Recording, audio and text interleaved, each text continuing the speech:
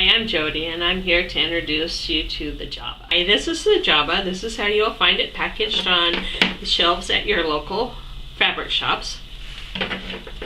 On the back, it has a picture of how to hold it in your hand and how I use it for binding. This is the JAABA itself. It has two bend sides. It has a flat surface. It has a curved edge that fits into your non-sewing hand. It goes on the last three fingers.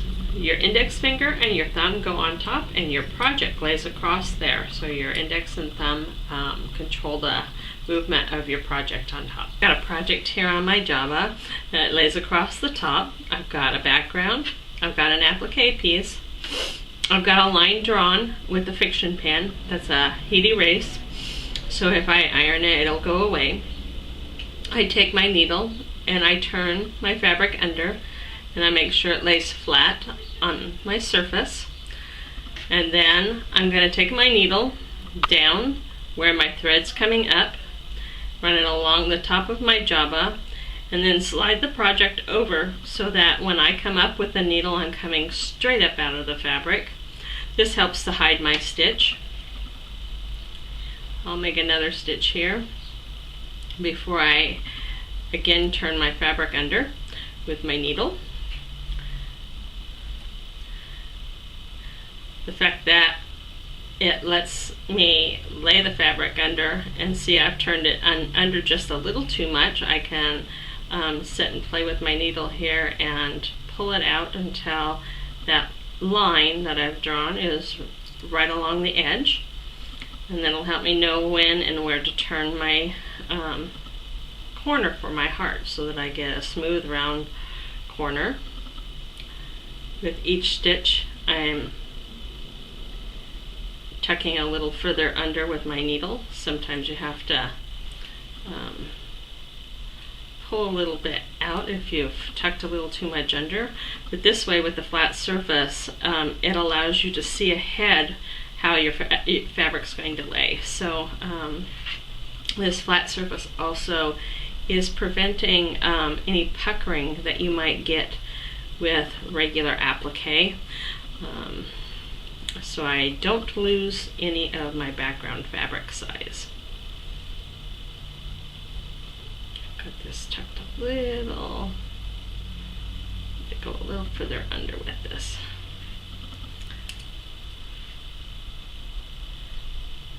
And as you go around a corner with your applique, you want to take smaller and smaller stitches so it looks smooth instead of pointed where your fabric's being sewn down. And I may have taken just a little bit too big of a stitch there. But as you get used to appliquing, it'll come more and more natural to you as to how big a stitch you really want to take as you're going around the corner. So that's how I use my JAABA, the do needle turn. What I wanted to show you this time is, this is the project that I've been hand appliquing. I wanted to show you the back and show you my stitches and how flat they lay and how straight they go. They're going straight along with the project that I've been appliquing on the side. Because of it going straight, it doesn't have an angle, so there's less chance of your threads actually showing on the front.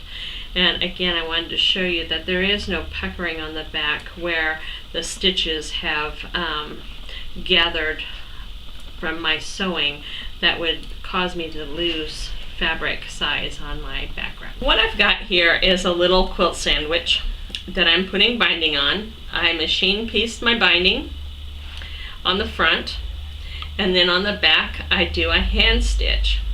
When I hand stitch, I pretty much do the same thing that I do when I applique. I hide my initial stitch into my binding so that the knot goes in between. I have my JAABA underneath my my quilt sandwich, and it gives me a surface to be able to turn my binding over so that I can see that I'm going straight, that my the same distance in my binding all the way across. It makes it so that I don't have to pin my binding, because as I go, I slide it and tuck it under. And so it gives me a nice surface to lay my project on. It's like a thimble under my hand. It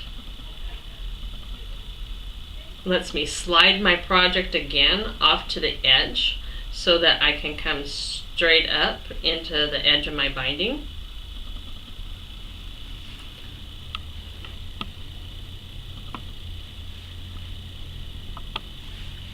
And so there's no clips to get lost, there's no expensive cost to maintain my straight edge and my distance on my binding. And I don't have to sit in my comfy chair and have a bunch of pins poking me, because I've got to have my binding all pinned down. Another thing that helps, since I am turning it as I go, is I press, once I've sewn my binding on the front with my machine, I press this so that it presses flat, so that I just have to turn this back edge over. And my stitch that I use is like an applique stitch. It doesn't run along the top between, it runs in between the sandwich of my quilt. So this is how I use my binding, or my applique and binding aid for doing binding. So look for my JAABA, Jody's Applique and Binding Aid, in your local quilt store, and I hope this tool helps you conquer your fear of the A word.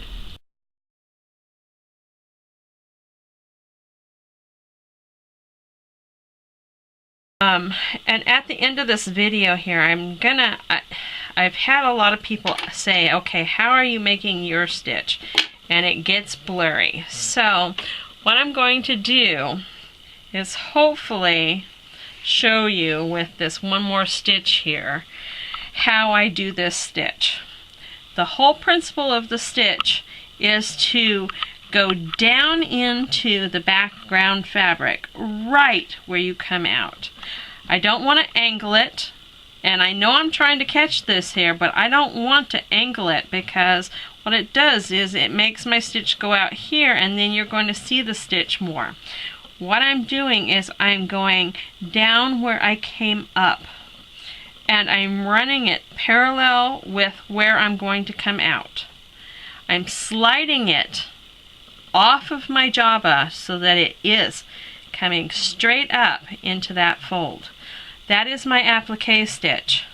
When I pull that tight, if you see that stitch, if you're looking at it, you can see the very edge of it. From the top, it's almost impossible to see. So that's my applique stitch with the JAABA. The JAABA was a tool I designed to help with applique. It can be used with any type of applique, whether it's the freezer paper, the back basting, or any other method that you might have for needle turn applique. What it's there for is it gives you this base, this surface. It's almost like a table to hold your project in. You can bring this right up to you when you're sitting in your easy chair and you've got your feet up. You want to get as comfortable as you can when you're appliquing and doing needlework so your shoulders don't hurt. I've made a left and a right hand version because to me it fits more comfortably in the palm of my hand if I have this larger curve here. It also gives me a longer working area to slide off as I'm going. I also leave my index finger above the JAABA the majority of the time. If I have a big project, it is a little harder to keep my finger up there. But in keeping my finger up there, it lessens the tension and the pressure that I put on the top of my project. So I don't get as much thumb pain or hand pain in holding my project, because I'm not having to focus so much pressure on one little teeny area. The JAABA is made out of stainless steel, as I mentioned in my introductory video.